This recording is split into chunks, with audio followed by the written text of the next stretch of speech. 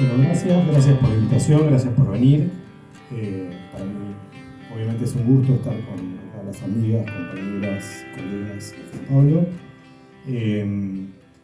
Me gustaría empezar por lo que pasó, creo que es muy ilustrativo, en los últimos días, a partir de la marcha del miércoles último, porque me parece que es una especie, estamos en una especie, lamentablemente, de laboratorio a cielo abierto sobre temas de desinformación, porque ahí lo que vemos es un proceso, una operación de desinformación que se genera a partir de la protesta social, de la movilización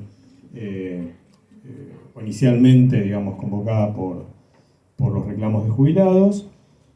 Campaña de desinformación que es generada por el propio gobierno, por la conducción estatal, que es facilitada y amplificada por medios tradicionales, por la televisión abierta, por la radio AM y la radio FM, quiero decir, por viejas tecnologías de la información y de la comunicación, por diarios que se imprimen en papel, ¿sí? Por el viejo ecosistema institucionalizado de medios de comunicación. Eso amplifica, potencia, agrega, ¿no es cierto?, elementos a esa campaña de desinformación y obviamente con el correlato, el complemento de la actividad de medios institucionales en plataformas digitales y de cuentas que son autoridades de las redes sociodigitales que realizan también un refuerzo de esa operación de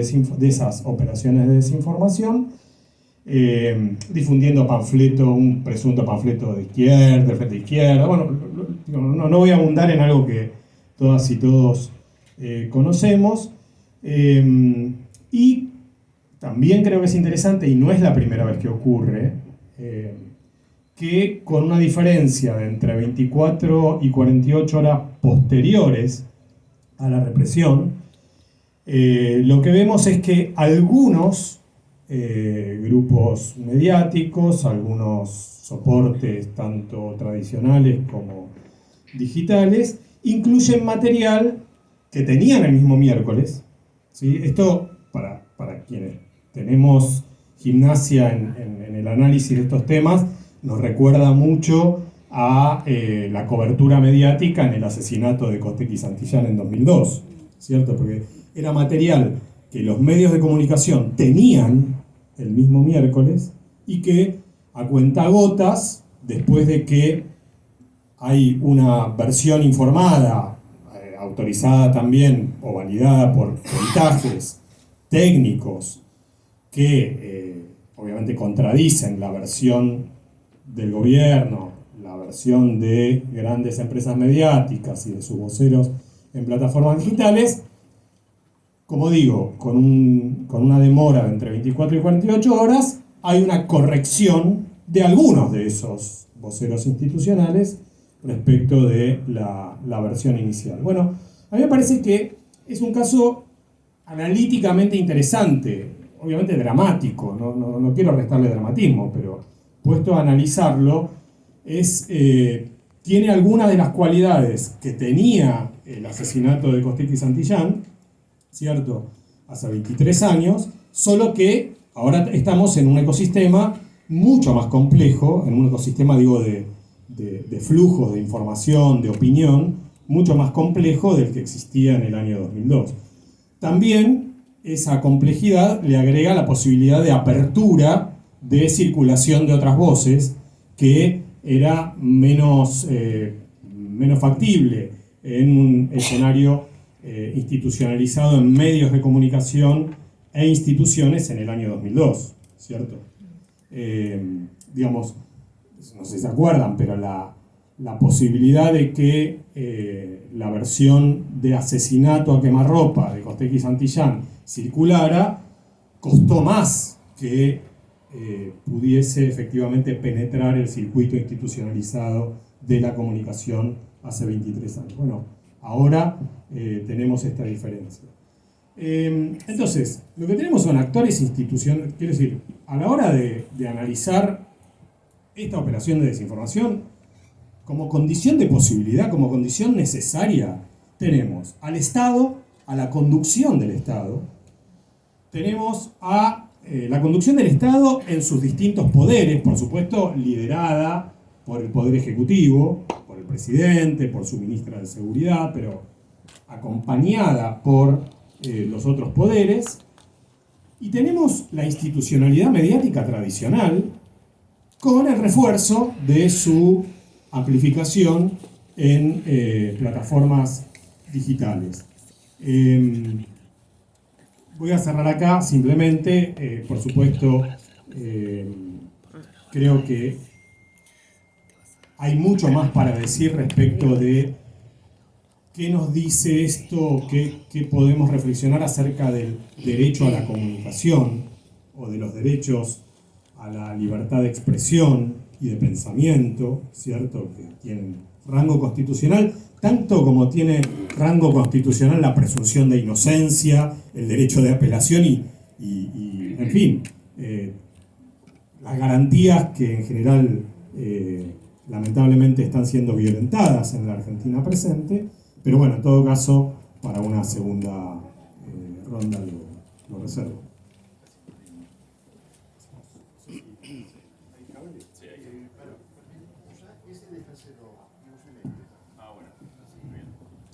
Gracias, Martín. Bueno, desde ya, como en la presentación que hice de Martín, de Gila, de Lucy y de Natalia, son distintas miradas. Va a ser muy interesante ver cómo se complementa. En todo caso, después vamos armando una narrativa. Sí, Gila. Bueno, gracias Pablo, gracias por la invitación, estoy muy contenta de estar hoy con ustedes. La verdad que lo que había preparado, que era un poco relevamientos vinculados a percepción sobre el consumo de redes, de información.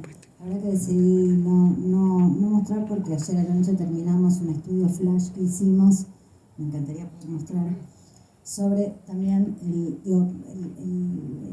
la manifestación del miércoles que bueno, que toca de lleno el corazón, vos lo planteabas muy bien. Y lo que nosotros preguntamos aquí es, o sea, nos interesaba, presentamos dos encuadres posibles. La pregunta para la gente es si cuál de las frases describe mejor su opinión sobre la manifestación, si fue una marcha violenta liderada por Barra Bravas, que fue uno de los encuadres, o si fue una represión injustificada por parte de la policía ante un reclamo legítimo. ¿No? Digamos, o sea, represión violenta versus Barra Bravas violentos, que es lo que uno podría decir rápidamente, es lo que estuvo un poco ordenando la escena. Y la verdad que lo que volvemos a encontrar es un país dividido en dos Argentinas 48-48, ¿no? Digamos, dos que ponen el foco en la mitad que pone el foco en una represión violenta y la mitad que pone el foco en la violencia de los Barra Bravas, ¿no? Y hay algo interesante porque también, digamos, estas perspectivas están también ordenadas por el gran ordenamiento de la Argentina. Lo que se ve ahí del otro lado es la misma pregunta analizada según Último Voto 2023 y donde se ve una grieta pura, ¿no? Digamos, o sea, Barra Bravas, violencia de Barra Bravas, lo dicen 9 de cada 10 electores de Milei, 8 de cada 10 electores de Bullrich, y represión violenta lo plantea el 98% del votante de Massa, prácticamente un margen de error para el votante de Milei, y el 15-16% de los votantes de Bullrich. Me parece que este es un punto de partida interesante porque, bueno, y acá me parece que ya empiezo con la ronda de sumar, ¿no? Digamos, vos planteabas el tema de los actores, esto, o sea, en la cobertura tuvo mucho que ver estos actores centrales que es el Estado, por supuesto, los medios, pero hay algo que también tiene que ver con la opinión pública y las creencias previas, ¿no? Digamos que es la zona de circulación de la información. Entonces, me parece que lo que estamos viendo acá y lo que estamos viendo también sobre el fenómeno de cómo circula la información o cómo circula la desinformación tiene mucho que ver con la batalla cultural. La idea de batalla para mí es una idea muy estimulante porque cuando uno hace análisis cualitativo se ve que no hay temas en tensión, que hay temas en discusión en Argentina, digamos, que hay temas que son motivo de debate, de perspectivas diferentes y por supuesto en general la información, a ver, yo podría decir que no termino de saber de medios, sí sé de opinión pública, ¿no? Digamos, ese es mi fuerte, lo quiero decir porque me siento como entre dos grosos, ¿no? Digamos, y no es mi tema y mi tema es la opinión pública, entonces creo que entre lo que pasa en los medios y lo que pasa en la opinión pública, lo que hay es la misma materia, la misma tela, ¿no? Digamos, la palabra, las ideas. Entonces, lo que nosotros vemos cuando analizamos la circulación de la información, en general lo que encontramos son públicos, digo, no es un fenómeno nuevo, públicos que en general tienden a tener un conocimiento muy superficial de la cosa pública, muy superficial. Cada tanto suceden casos que hacen vibrar al país al unísono, ¿no? Incluso con... Lo que no queda dudas es que esto hizo vibrar al país. Estos días también nosotros teníamos pautado por otras cosas estudios cualitativos, donde naturalmente se mete el tema, y cuando la sociedad mete el tema en una investigación es porque es algo que la conmueve, la moviliza, la mueve. Entonces, en general lo que diría es, hay algo del orden del modo en que circula la información que se asienta en cosas previas, además de los actores que motorizan, que tienen que ver con las creencias previas, las ideas previas con las que uno mira, digo, uno podría decir, la significación es en cadena. O sea, esto no rebota aislado, esto no está encapsulado, esto rebota sobre un cúmulo de ideas que están dando vueltas en un momento determinado, ¿no? En general, lo que nosotros vemos en la investigación cual es que efectivamente desinformación, la desinformación tiene un poco que ver con la ausencia de información, no por inaccesibilidad, es desinformación básicamente por desconocimiento, por falta de interés. Yo tengo la impresión que cada vez más la información circula casi con titulares, ¿no? Es la información de los 140 caracteres, ¿no? Y esto se ve, o sea, esta contracción y falta de profundidad de la información, bueno, va de la mano, por supuesto, del desconocimiento de muchos actores, va de la mano del desinterés, y por supuesto también hay una desinformación que tiene que ver con el sesgo. No queremos saber aquellos que no nos gusta. Generalmente no entendemos lo que no nos gusta, no queremos saber de lo que no nos gusta y retiramos oído a lo que no nos gusta. Entonces, eso también forma parte de la dinámica de comunicación y de cómo circula la información. Hace poco habíamos preguntado si habían estado expuestos a fake news. Primero se conocían lo que era y si habían estado expuestos. El 94% del país dice que sí. Lo que pasa es que la fake news es la del otro, ¿no? Entonces, me parece que este gráfico que te muestra dos Argentinas es algo que se repite de un lado y del otro, y que creo que el desafío hoy de la comunicación y el ejercicio pleno del derecho a la comunicación tiene que ver con cómo pensamos estos problemas, que son problemas de cómo finalmente la información, los sucesos o la comunicación, esa materia tan lábil, termina articulando con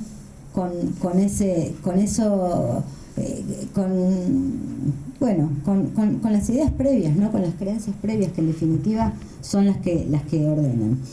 En general hay momentos de la sociedad donde se acelera la idea de la mentira, de la fake news, de la desinformación por mentira, que son los momentos electorales en general, ¿no? Digamos, en los momentos electorales en general la sociedad o los votantes tienden a ver muchas, las denuncias, por ejemplo, como un hecho electoral, ¿no? Digamos, entonces le cambia el sentido de lo que está sucediendo. Y también y es la última cosa sobre la que quería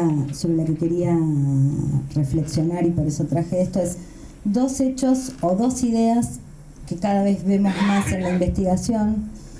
No hicimos ninguna investigación específica sobre esto, pero sí surgen señales. Nosotros lo llamamos los emergentes de investigación. No estamos buscando algo y de repente, ¡ay!, apareció algo. Y aparece una y otra vez. La primera cuestión que aparece tiene que ver con el tema de la violencia. O sea, empieza a aparecer la noción, el concepto, la idea, la palabra violencia para referirse a muchos de los hechos de la vida cotidiana, de la vida política, de la vida social, de la vida en redes, ¿no? Digamos, bueno, por supuesto, de la inseguridad, ¿no? De hechos cada vez más violentos. Entonces, lo que antes se tematizaba por ahí como inseguridad, ahora empieza a aparecer como idea de violencia, y una idea que es bastante expandida a otros campos de la vida social. Y la otra idea que me parece que es importante, que no... Esto aparece menos en la investigación, pero que me parece que es algo que tenemos que pensar, es el tema del miedo. Porque sí vemos esta idea de no quiero discutir, prefiero no hablar con esto, o sea, callarse, ¿no? Digamos, callarse ante el otro, para no despertar la violencia, ¿no? Por ejemplo. Entonces, empieza a aparecer esa idea del silencio, del callarse. Creo que también algo de eso se juega, digo, lo vimos sobre todo en los primeros meses de gobierno, la idea de la caballería digital contra voces adversas, ¿no? Digamos, cuando hay una caballería digital contra algunas voces adversas al oficialismo, por supuesto, otras voces adversas por ahí dicen, y la pensás 2 veces, ¿no? O sea, ahí hay algo del orden del miedo. Y finalmente, en relación con el miedo, la otra pregunta es si, porque el miedo tiene mucho que ver con el silencio y eso tiene que ver con el derecho a la comunicación. Digo, estoy hablando del miedo en esa relación. Sí, mucho de esta cobertura no tiene que ver con desanimar la participación, ¿no? Entonces, en ese sentido, esto que estamos hablando muchas veces de la información, la comunicación, está profundamente vinculado a la acción o a las posibilidades de desarrollo de alguna acción. Así que por ahora esto, y seguimos la ronda. Muy bien, gracias Sheila. Natalia. Bueno, voy a tratar de recoger algunas ideas a partir de lo que iniciaron Martín y Sheila. Martín empezó desde los medios, digamos, desde un lugar de producción de información, de discursos, y Sheila desde un lugar más de interacción con eso, desde la opinión pública. Yo no sé si ya podemos seguir siendo opinión pública, pero bueno, vamos. Sí, podemos decir. Yo voy a tratar de recoger algunas pocas ideas pensando en esa circulación discursiva, ¿no? No termino de darme cuenta si uno puede pensar la circulación de discursos imaginando el huevo o la gallina, sino que en realidad hay una circulación ahí que no termino de saber cuál es el insumo, dónde empieza. Lo que me parece que visto desde los lugares que podamos verlos, una de las cuestiones que surge más como pregunta macro es en qué medida empiezan a verse amenazados pilares democráticos, ¿no? Y al mismo tiempo, en qué medida tenemos que repensar la idea de democracia y en qué medida la idea de democracia sigue interpelando. Si lo pensamos en términos comunicacionales o en términos de participación incluso más general, los pilares democráticos propondrían una participación, un intercambio, deliberación y tolerancia, sobre todo. Me parece que es uno de los aspectos principales que está en juego. Y una de los efectos que creo que está teniendo estas operaciones políticas de desinformación, que son operaciones deliberadas para generar un impacto de tipo político, para capitalizar además políticamente el espacio deliberativo. Lo que se está produciendo a partir de este tipo de actuaciones políticas es una desintegración de ese espacio de deliberación comunicativa, ¿no? O sea, se cae la idea de esa deliberación. ¿Por qué creo que se cae? Por algunas características que me parece que tienen estas operaciones de fake news. Alguna pequeña digresión conceptual. Muchas veces tendemos a asimilar el concepto de fake news con el concepto de noticia falsa. En realidad, la fake news no es solamente algo del orden de la falsedad, y no está contenida solo en el contenido, ¿no?, de un mensaje. La noticia falsa o la información falsa es algo que tiene falsedad en su contenido, que también puede generar efectos muy nocivos.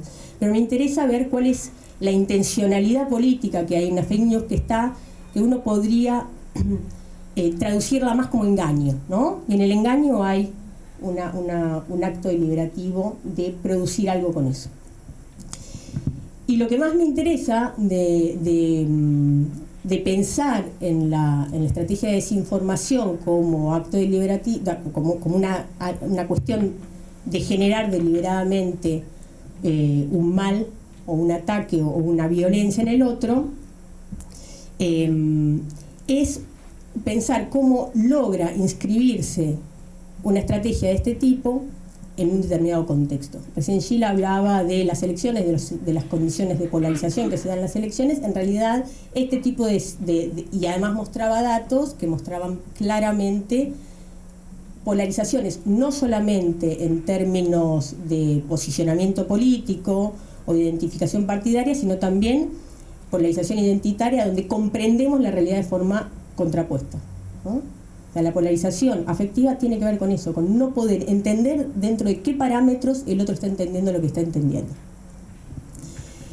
Y me parece que uno de los elementos que activa la creación y propagación de fake news es que empezamos a ver al otro ya no como alguien con quien intercambiamos y deliberamos, sino como un enemigo. Si el otro es un enemigo, ¿cuál va a ser el motivo por el cual vamos a debatir con un enemigo? Si además sino precisamente lo que está en duda es cuál es la estrategia comunicativa del otro. Si el otro no quiere deliberar, no está argumentando, sino que lo que quiere es generarme un daño, ¿por qué me voy a sentar a deliberar? Entonces, además del miedo, la desinformación desactiva también en ese sentido. En el sentido de que se pierde la confianza en que la deliberación tiene algún sentido.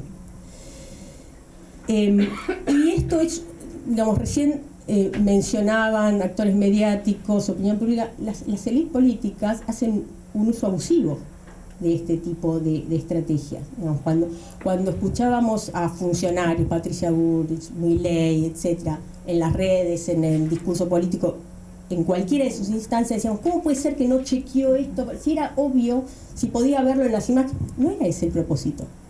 El propósito no es argumentar, el propósito es provocar que el otro se vuelque a la arena a defender un argumento que imponen ellos. O sea, ¿por qué ellos ganan? ¿Por qué logran instalar esa agenda y por qué logran instalar una determinada perspectiva del asunto? Porque delimitan los límites de la cancha. Y dentro de esa cancha todos estamos discutiendo los límites que ellos disponen. Ahí es donde se gana el encuadre. No importa si uno está de acuerdo, si el otro está en desacuerdo. No importa qué opinemos alrededor de eso. Lo que importa es que ellos imponen sobre qué se debate. Y ahí es donde nos falta a nosotros una agenda en ese sentido. No hay posibilidades, no cabe espacio para una agenda alternativa porque está impuesta por otros lados y además con una velocidad y un dinamismo que uno no llega a tomar aire para seguir. Una última cuestión con respecto a esto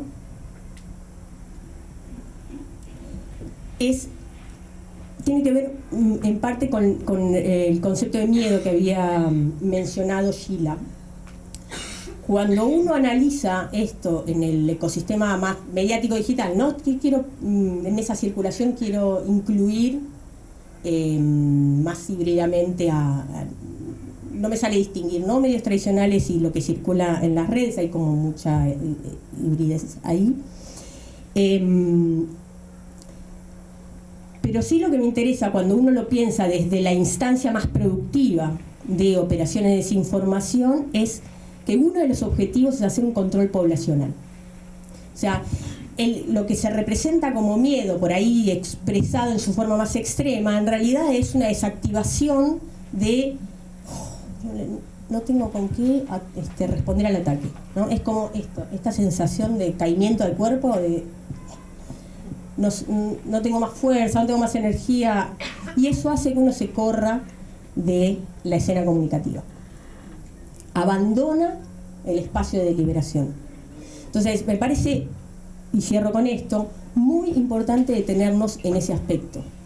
La fake news, la desinformación, es una forma de control poblacional donde sobre todo lo que pasa en las redes sociales y en particular en algunas plataformas que tienen un efecto de sobre-representación mayor que en otras, lo que hacen es eso, hacen un control poblacional, expulsan a quienes se sienten atacados, que abandonan el espacio, y quienes quedan parece que son los únicos que hablan. Entonces no importa cuántos estemos en las redes, lo que importa es cuál es la palabra que aparece como con más ruido, más visible, acaparando la percepción que ellos tienen de que son los que hablan, y que nosotros, los que los miramos, también pensamos que son los únicos que hablan. Gracias, Natalia. Estamos muy bien de tiempo y además me pone bien que cada intervención nos obliga a anotar algo. Quiere decir que va a haber una segunda linda vuelta. Lucy, te escuchamos. Bueno, yo no me dedico ni a la información ni a la opinión pública, así que estoy jugando en una cancha visitante, como decís vos, al interior, afuera de la conversación. Pero bueno, yo trabajo, particularmente soy investigadora del CONICET y trabajo sobre todo temas de sistemas financieros, pero estoy acá como la oveja negra. En particular me dijeron que haga... Una cripto. Yo les voy a vender, yo les digo que inviertan. No, voy a tratar de tomar lo que decía Pablo. Yo un poco me dijeron que haga referencia a este libro que se está vendiendo acá, que es un libro compilado por Estela Díaz, donde yo escribo un poco tratando de contestar por qué odian estas ultraderechas y particularmente por qué se focalizan en los feminismos, en Europa en los migrantes, y planteo una serie de hipótesis que tienen que ver con un momento de crisis del neoliberalismo en el cual aparece esta idea de guerra cultural que fue mencionada, y en la cual es parte del mecanismo de gobernabilidad la excitación permanente de pasiones fascistas y de un intento de encapsular la conflictividad social adentro de los afectados por este tipo de políticas, ¿no? Es decir, no sé cómo se dirían los términos en los que están diciendo los compañeros, pero ahí vienen mis preguntas, ¿no? Particularmente, digamos, desde los feminismos, y ahí me pongo más en el rol de la militancia, ¿no? Lo que estamos viviendo, y creo que se conecta mucho con lo que decía Martín al inicio, ¿no? Esta combinación, y le pregunto a los tres si ustedes, más allá de... los tres tienen mucho recorrido en la investigación y en la producción. Martín hacía referencia a la aparición de nuevos actores. Entonces ahí la pregunta es si hay si hay algún elemento de nuevo tipo a pensar en este escenario. En el caso del movimiento feminista, para nosotras, por ejemplo, en este momento, es decir, lo que estamos enfrentando es una producción permanente de discursos de odio. Es decir, la pregunta es cómo se relaciona esa producción de desinformación con directamente la producción de discursos de odio, que además combinan un antifeminismo de Estado, como decía Martín, es decir, la utilización de los cargos máximos del Estado para promover el odio contra determinadas poblaciones, obviamente ensamblado con la destrucción de políticas públicas, con la destrucción de áreas del Estado, y eso además ensamblado con otros actores que tienen un rol crucial en esta guerra cultural de las ultraderechas, que están situados muy centralmente en las redes sociales, que para nosotras, las feministas, fueron en nuestros inicios un espacio de vehiculización, de dinamización de nuestras demandas, y hoy son un territorio adverso, ¿no? Es un territorio donde la persecución es permanente, incluso hay compañeras que reciben amenaza permanente en sus cuentas personales. Entonces, lo que vemos es este ensamblaje que hacían referencia entre el Estado, la ocupación del Estado y la utilización del Estado para promover los discursos de odio, que no son discursos porque también tienen una materialidad muy concreta. Es decir, se desinhibe una violencia social, que en el caso de nuestras comunidades lo estamos viviendo. En la comunidad LGTB lo vemos a diario, cómo han crecido los ataques de odio en la calle y demás. Pero entonces estos actores nuevos, ¿no? Las figuras, por ejemplo, de Agustín Laje, un influencer conservador que tiene su medio de acción en las redes sociales, en YouTube, y que son parte fundamental del engranaje de gobernabilidad de estas expresiones de ultraderecha. Bueno, ni que hablar cuando vamos al caso, por ejemplo, de Elon Musk, el dueño de X, que es hoy ya desinhibidamente un activista de la ultraderecha.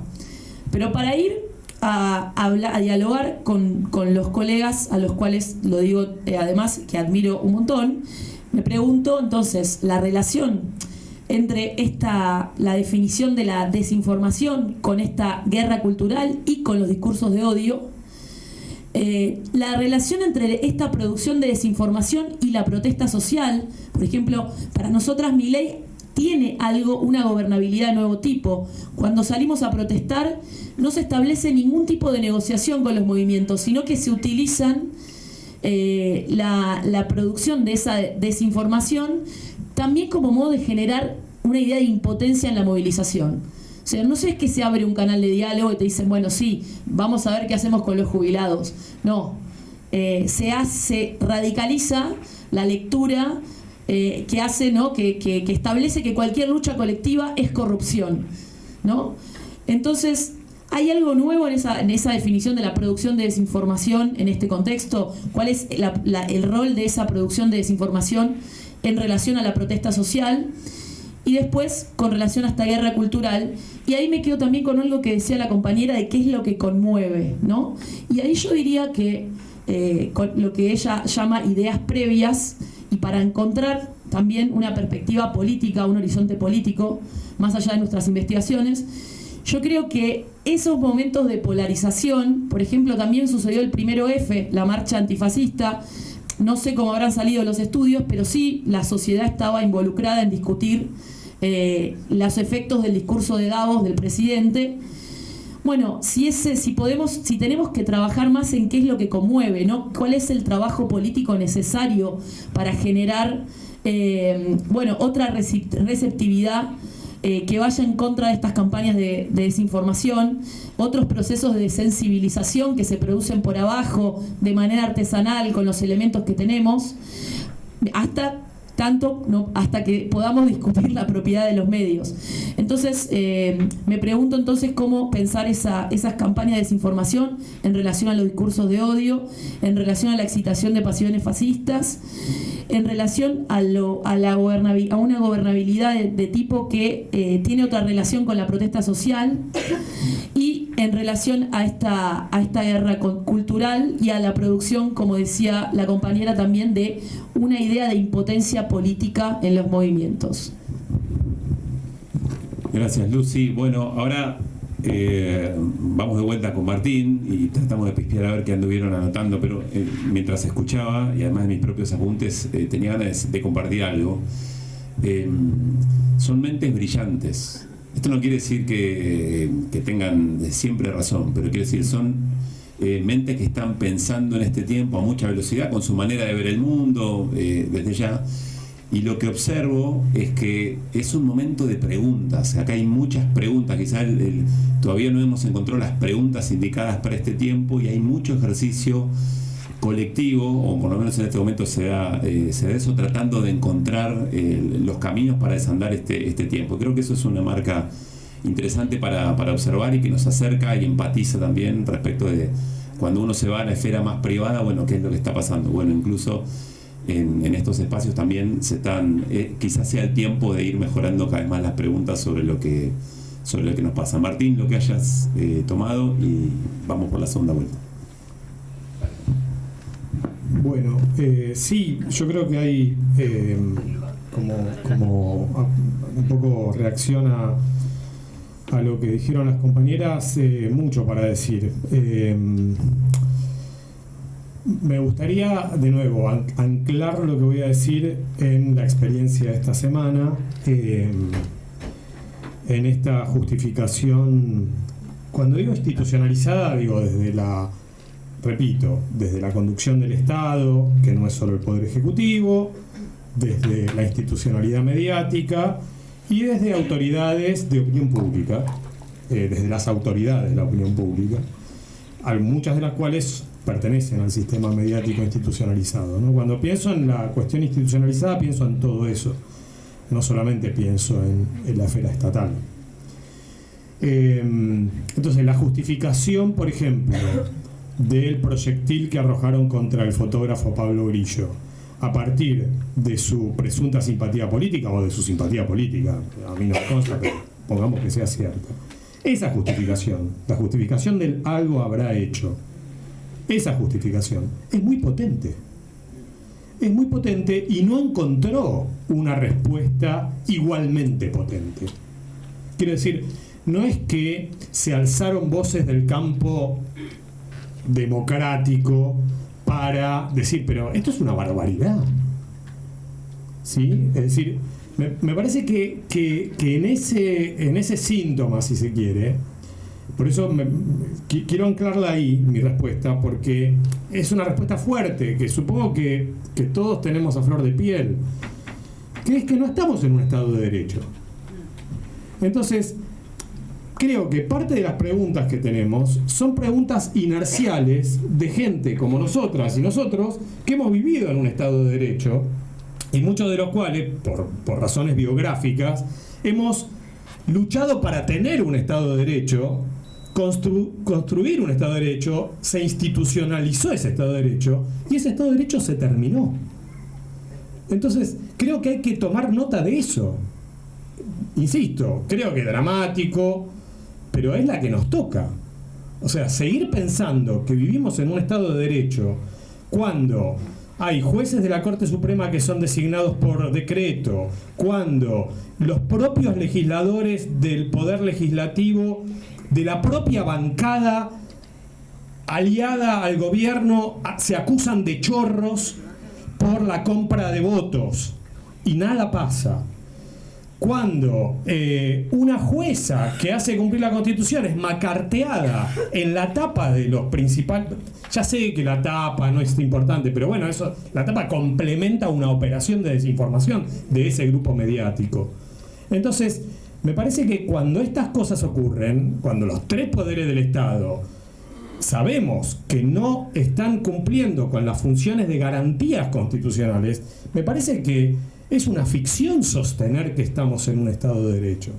Entonces, bueno, hay que pensar estas preguntas en el marco de la emergencia que estamos viviendo. Por supuesto, la historia argentina nos muestra que no es la primera vez que vivimos una emergencia, y esta es una emergencia singular, porque no tiene parecidos con la emergencia que vivimos entre el 75 y 76. No tiene ese parecido, es distinta, es otra emergencia, pero no podemos desconocer que es una emergencia, ¿sí?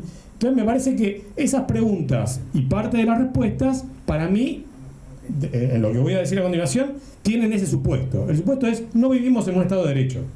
Eso se terminó. ¿Está? Me gustaría, yo desearía que no... Además, repito, por razones biográficas. O sea, yo soy de esa generación. O sea, la primavera democrática, viví eso. Bueno, se finí, se terminó. Entonces hay que pensar con otro parámetro, con otros parámetros lo que estamos viviendo, ¿no? Entonces, sí, los polos que hoy institucionalmente son productores de desinformación son también los polos productores de discursos de odio, sí. Y digo discursos de odio siendo plenamente consciente de que eso tiene una normatividad, es decir, de que son discursos de odio porque incitan directamente a la violencia, porque es performativo, zurdo, te vamos a correr, es performativo, no es una metáfora, es así, o sea, ocurrió el miércoles y viene ocurriendo siempre, quiero decir, digamos, no podemos hacernos los boludos, o sea, es lo que pasa, es performativo, o sea, es la definición de biblioteca, de un discurso performativo, es el señor, Eliseo Verón, diciéndonos, esto es performativo, flaco. Si no te das cuenta, bueno.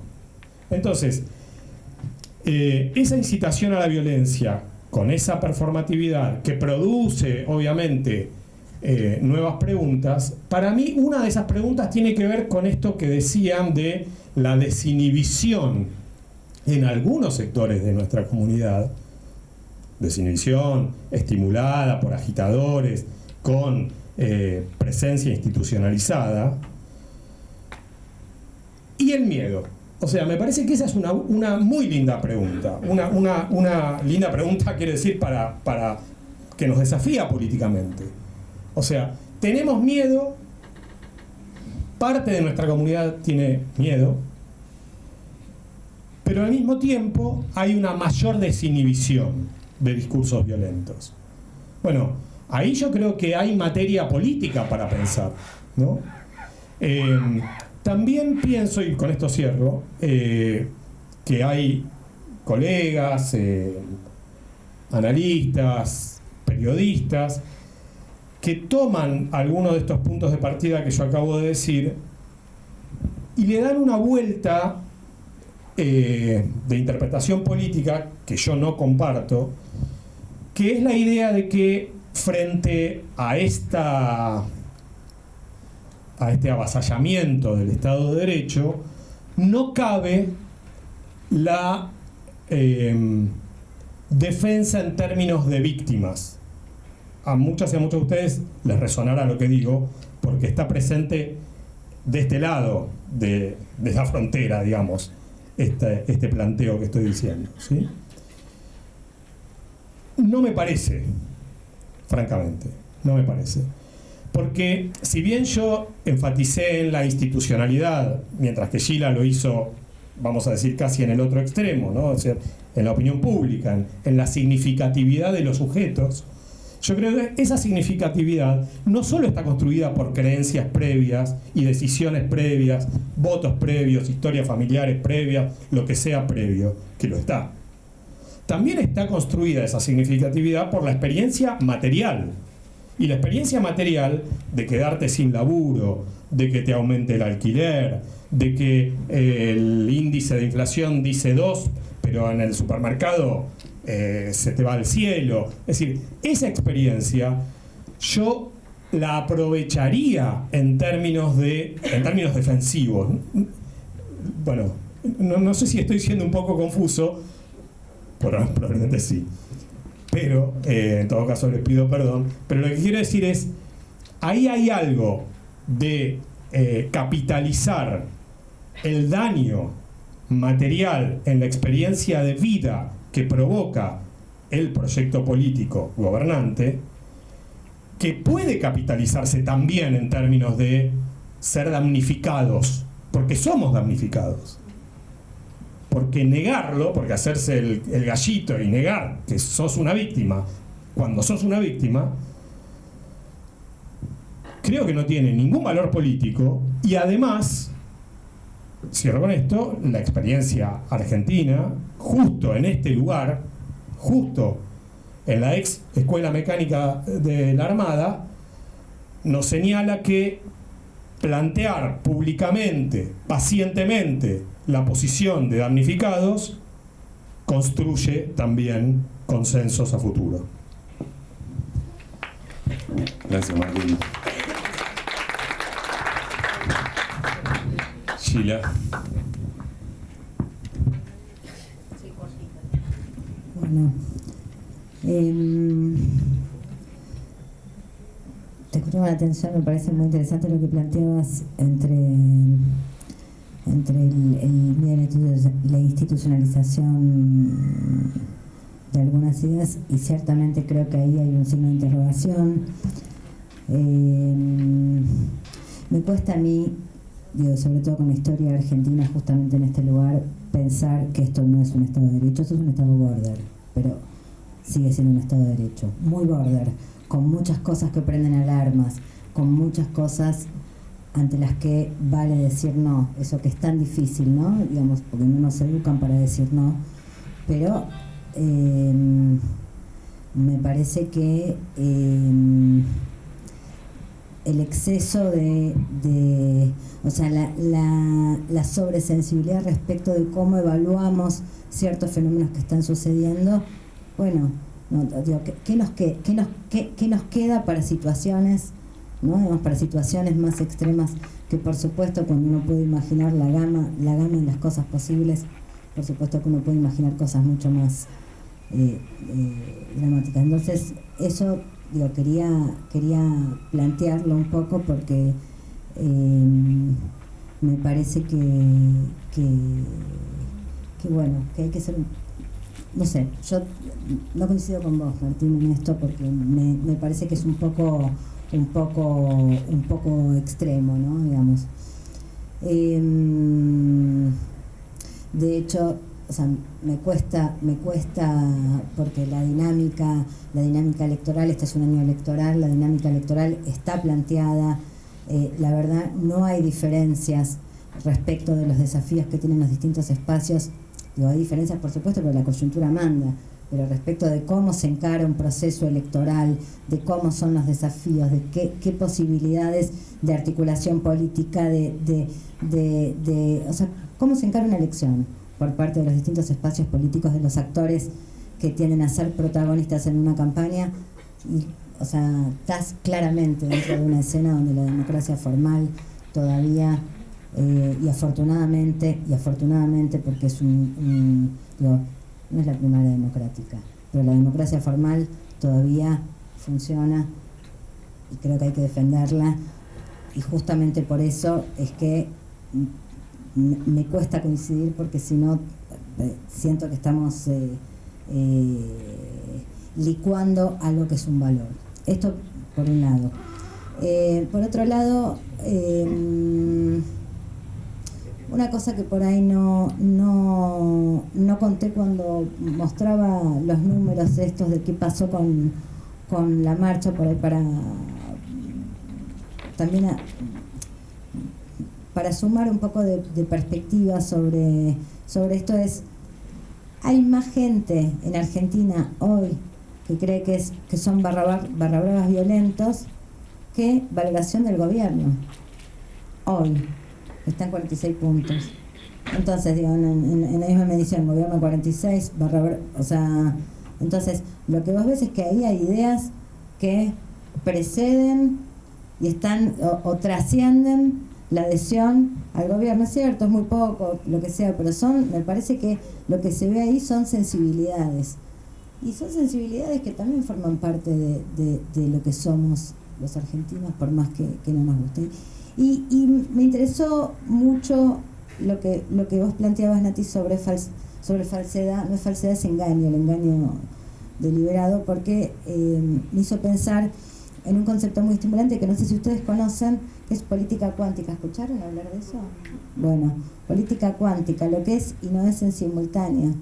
Yo no lo conocía, me desconocía plenamente, y creo que eso es como un estado todavía más avanzado, ¿no? del fake news, que es, o sea, el caso de Davo fue muy claro, que es, o sea, sobre todo en la entrevista posterior, yo no dije lo que dije, que ahora ratifico, ¿no? Entonces lo que es, lo que no es, que es como, y eso mismo sucedió con Caso Libre, y eso mismo sucedió. Entonces tenés un fenómeno de una palabra que dice sí, no, y seguro que vos lo escuchaste, ¿no? Entonces hay algo ahí, bueno, que trasciende la idea clásica de verdad y mentira, ¿no? Digamos, ya no, digamos, también pasó, yo dije con Libro, también pasó con la con la intervención de la provincia de Buenos Aires. No dije que iba a intervenir la provincia de Buenos Aires, no, digamos, pero ratifico todo lo que dije. Entonces, bueno, creo que ahí hay algo que también nos impone preguntas. Y además, la otra cosa, que lo que vos decís, Pablo, menos mal que tenemos preguntas, porque creo que uno de los grandes problemas de la época es un mundo de certezas. Escuchamos certezas por todos lados, certezas a rajatabla, y la duda es un valor, la duda en el gobierno es un valor. O sea, como la duda, digo, la super certeza, el dogmatismo, bueno, es un límite para la tolerancia, que también es un elemento central de la dinámica de comunicación. Y después, no lo quiero hacer tan largo, me gustó lo del huevo o la gallina, no sabemos, es orgánico. ¿Por dónde arranca? ¿Arranca por los medios? ¿Arranca por la creencia? Es orgánico, no sabemos cómo sucede, pero es orgánico, son ideas de alguna manera que sostienen, hay algo orgánico entre los medios y sus audiencias, ¿no? que van por algún lado, y por supuesto además hay entre líneas, ¿no? Digamos, me acuerdo el otro día, también esta semana, en el medio de esto, una cobertura sobre Bahía Blanca de un canal muy prestigioso que decía la Argentina que sí, ¿no? Digamos, las donaciones, la Argentina que sí. ¿Cuál es la Argentina que no? ¿No? Digamos, o sea, hay un diálogo, eso se entiende y se sostiene porque hay un diálogo, porque hay del otro lado un público que puede dialogar con eso con naturalidad. Y una última apreciación, Lu, que fuiste la primera que habló de discursos de odio, ¿no? Digamos, en esta mesa fue la primera vez que apareció, y cuando te escuché me di cuenta cuánto hacía que no lo escuchaba, que fue una palabra que nos inundó, ¿no? Nos inundó tremendamente, y cuando te digo nos inundó, no nos inundó a los que trabajamos estos temas, sino que irrumpió en la sociedad la idea de discurso de odio, ¿no? Entonces vos hacías grupos focales y hay discursos de odio, esto es un discurso de odio, se terminó. O sea, la idea de discurso de odio está apagada hace un tiempo, ¿no? Digamos, con esta cosa de las olas que van, digo, las olas de opinión, ¿no? Digamos, también, por ahí por decir algo expectante positivo, es nada más voluble que la opinión pública, ¿no? O sea, lo que hoy no es, mañana puede ser. Así que solo esto. Gracias, Sheila. Tati. En el año 23 tuve posibilidad de hacer algunos grupos focales en algunas ciudades del país, y el año pasado Sheila tuvo la generosidad de invitarme a observar otros. Me encantaban los criterios de reclutamiento que tenía, porque y sobre todo el proceso, ¿no? que vi a lo largo del año pasado, que primero era un grupo de los que habían votado a Massa, otro grupo de los que habían votado a Milei, ya después era un grupo de los que había votado a Milei y seguía convencido, un grupo de los que había votado a Milei y estaba arrepentido, ¿no? Y entonces en esta atención selectiva a la que me referí también en la intervención anterior, cada una iba escuchando cosas y nos íbamos comentando aspectos. Y yo estaba todo el tiempo muy detenida y muy enfocado en cuán informada estaba la gente y el tipo de consumos mediáticos que tenía. Y hubo un momento, me acuerdo, en un intercambio que tuvimos, donde le dije, los votantes de Milei no saben un carajo de actualidad, ¿no? Me acuerdo una escena donde una dice, sí, y ahora con el lío con Kicillof o lo de Bahía Blanca. Stop. O sea, no pudo reconstruir de qué se trataba, cuál era el evento, cuál era la cuestión en conflicto. Esto de a qué atendemos selectivamente, por un lado es muy identitario, ¿no? O sea, tiene que ver con nuestras simpatías y filiaciones, pero al mismo tiempo nos lleva ahí es donde nos lleva a construir verdades que nada tienen que ver con las verdades del otro, que se construyen también ahí en las propias dinámicas que se van dando, pero que además son verdades que es la polarización lo que nos lleva a preguntarnos es ¿cómo carajo construiste esa verdad? Esa es tu verdad y no sé cuánto más legítima o ilegítima que la otra verdad es. Digo esto porque quiero distinguir también lo que es una estrategia, ¿no? Deliberada, operación política, digitada desde estos actores de la institucionalidad a la que se refería Martín, y una activación más espontánea que se va armando, que es más ahí orgánica, en quienes son interpelados por esa circulación de discurso. En parte, cuando me refería a cuál es el huevo y la gallina, estaba pensando puntualmente en algo que me había dejado para ahora. Yo creo que en parte esa imposibilidad de construir los hechos de actualidad tiene que ver con un proceso que se viene estudiando muy fuertemente, mucho más fuertemente en países anglosajones que en América Latina. En América Latina yo creo que también se está analizando, hay una preocupación sobre eso con otros criterios, que tiene que ver con un concepto que se llama la evitación de noticias, ¿no? La evitación de noticias tiene que ver también con una actuación deliberada de evitar la información que circule y en particular la información mediática. Eso no significa que nosotros no consumamos cualquier otro tipo de contenidos, pero hay una acción deliberada de evitar noticias. Y en algún punto esa evitación de noticias tiene que ver con múltiples factores. Hay factores individuales, hay una sobreidentificación de factores individuales, para mí es desmesurada. Creo que en gran medida tiene que ver con factores estructurales de imposibilidad cognitiva, cultural, de acceso, geográfica, etcétera, respecto de cómo nos pertrechamos de conocer y comprender los hechos de actualidad. Y entonces es ahí donde yo observo una falta creciente de la intervención que pueden tener los medios en cómo se conforma esa agenda pública, ¿no? Porque hay un rechazo profundo. Y hay algo de esta evitación de noticias que a mí me parece mucho más interesante, que es la evitación selectiva de noticias. Y esa evitación selectiva de noticias no significa que en términos generales consumamos menos información, sino que consumimos información de manera selectiva. Entonces por ahí estamos más informados, pero nos informamos con medios o con fuentes de información con las que tenemos alguna congruencia cognitiva, digamos, tenemos alguna suerte de afinidad. Y no es solamente porque abonamos a nuestras creencias previas, sino porque ahí hay una cuestión identitaria.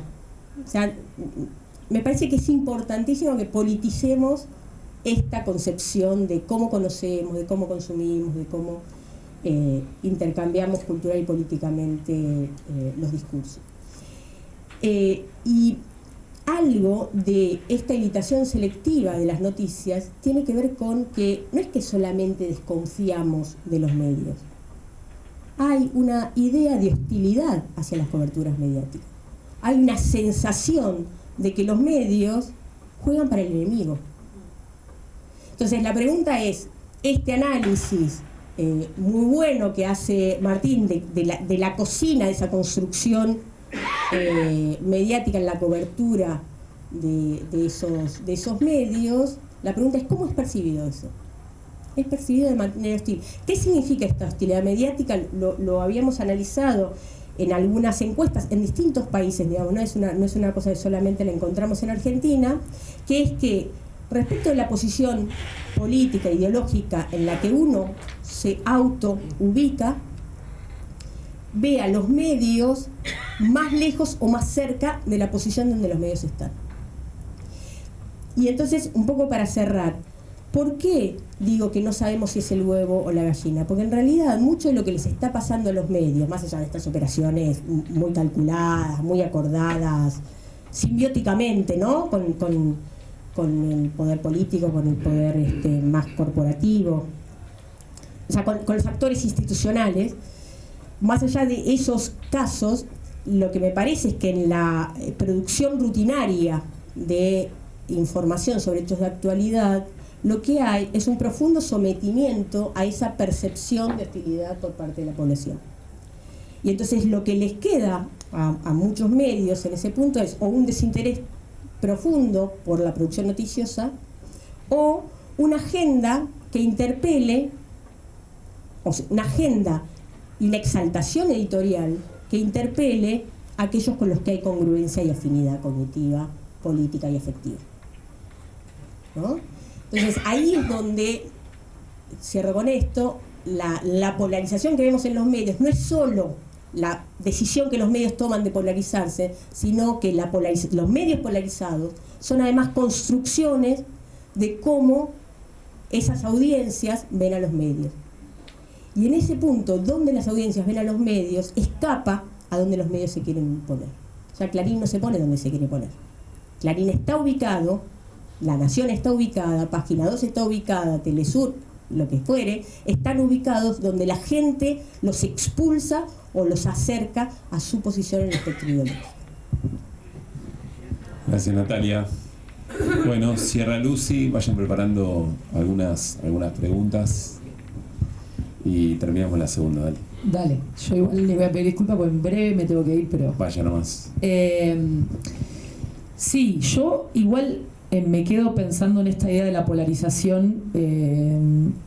Después por ahí la pueden en la parte de la respuesta a las preguntas, digo, ¿de qué estamos hablando cuando decimos medios polarizados? Cuando por ahí están hablando de lo que pasa en la sociedad, pero en términos mediáticos, digo, no me parece que haya como dos posiciones en los medios, ¿no?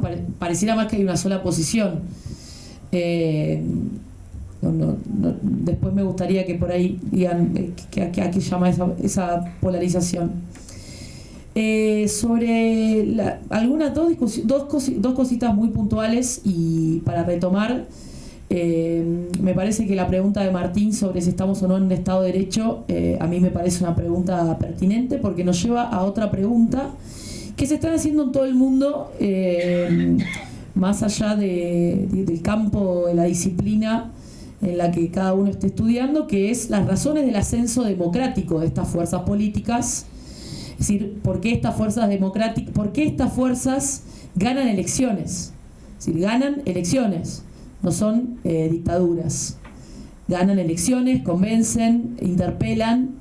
Me parece que un gran aporte del estudio del campo de la opinión pública, la información y demás, es explicar las razones del ascenso democrático de fuerzas que después tienen derivas claramente autoritarias, que desde mi punto de vista, no de la misma manera que la dictadura del 76, pero sí ponen en cuestión, en suspenso, capacidades muy importantes del Estado de Derecho. Entonces, me parece muy interesante hacernos esa pregunta de las razones del ascenso democrático de estas fuerzas autoritarias y cómo podemos enmarcar la pregunta por el derecho a la entre paréntesis, información en este tiempo. Y cuando vamos a ese ascenso democrático, particularmente en lo que trabajo yo, y voy a hacer un aporte desde ahí, que no es un estudio...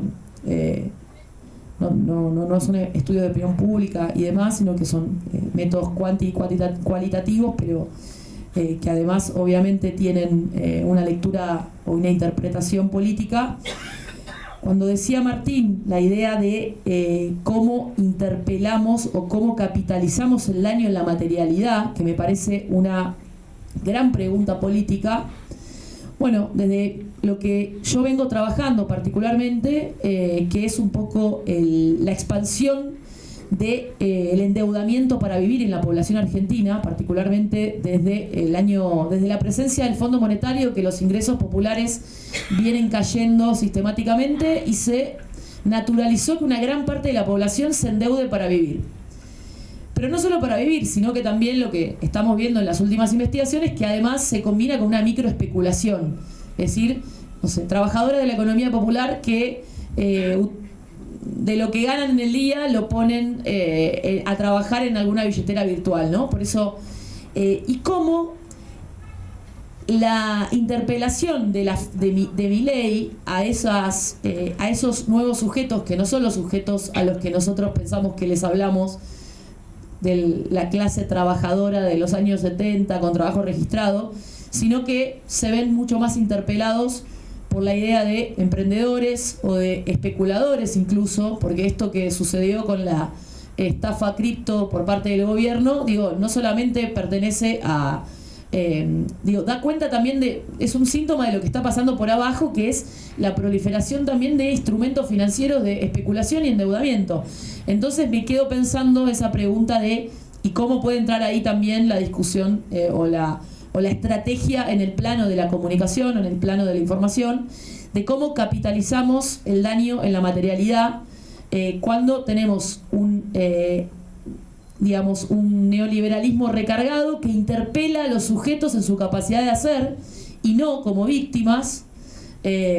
Por eso me parece también algo a discutir. Este gobierno habla de libertad financiera, ¿no? Libertad financiera a sujetos emprendedores, especuladores que ya están endeudados, y entonces me parece que ahí hay una pregunta política importante de cómo vamos a capitalizar el daño en la materialidad que están produciendo estas políticas, e insisto en volver en tratar de discutir estos disparadores que pusieron para la mesa de hoy en el derecho a la información, en el marco de la pregunta por el ascenso democrático de fuerzas que hoy están mostrando y que dan sobradas razones de mi punto de vista para decir que estamos por lo menos en un contexto autoritario, ¿no? Dejo por acá. Gracias. Bueno, muchísimas gracias. Morimos por una tercera vuelta. Yo quiero escuchar, pero no se puede, nos tenemos que ir. Ahí te hago una pausa, Lucy, para que puedas partir cuando necesites. Bueno, me anoté muchísimas cosas, pero no a modo de moraleja ni de conclusión, que además me las anoté para la apertura del próximo programa, lo dije, lo pensé. Pero que son cosas muy valiosas. Me pareció una charla que me encantaría volver a escuchar en algún momento, pero quiero que nos detengamos en algunas cosas que se dijeron. Se habló de la desintegración del espacio deliberativo. Se habló de la comparación entre el 2002, asesinato de Costec y Santillán, 2025, la represión a la movilización del último miércoles, con una enorme cantidad de posibilidades y mayores de información, de acceso a la información, y sin embargo la matriz es la misma, o las operaciones son las mismas, y las dudas son las mismas, algo está ocurriendo. Sesgo de confirmación, creencias previas, emocionalidad frente a los argumentos, frente a los datos o algo que podríamos llamar verdad. Ahí hay un enfrentamiento muy fuerte. Y respecto de la emocionalidad, hay una pregunta que creo que, no sé si le hizo Lucy o Natalia, creo que le hizo Lucy, ¿qué es lo que nos conmueve hoy? ¿Qué es lo que nos emociona hoy? En función, si la emocionalidad es una manera de interpelar muy eficaz, y sobre todo la emocionalidad violenta en estos tiempos, ¿qué es lo que nos conmueve hoy pensando en términos de salida también de los problemas en los que estamos? Apareció la idea del lugar del otro. Natalia dijo, che, acá hay un problema con quién creemos que está del otro lado, quién creemos que está pensando de otra manera. ¿Quién es el otro? ¿Con quién, en esta polarización? ¿Cuál es el lugar que ocupa el otro? ¿Quién es el otro? ¿Y cómo hacemos para reconectar con el otro eventualmente? Si queremos retomar algunas cuestiones de nuestra propia humanidad. Bueno, política cuántica, iremos a ver de qué se trata eso, porque me sorprendió. Y finalmente, ¿estamos en un Estado de Derecho o no estamos en un Estado de Derecho? La próxima charla en la sala de al lado la seguimos, pero eventualmente la pregunta es tremenda. Que nos estemos haciendo esa pregunta me parece que es un problema muy, pero muy serio. Lucy, cuando vos necesites, vaya nomás, nos quedamos unos minutitos de preguntas. Gracias por la participación. Estén muy bien. Bueno.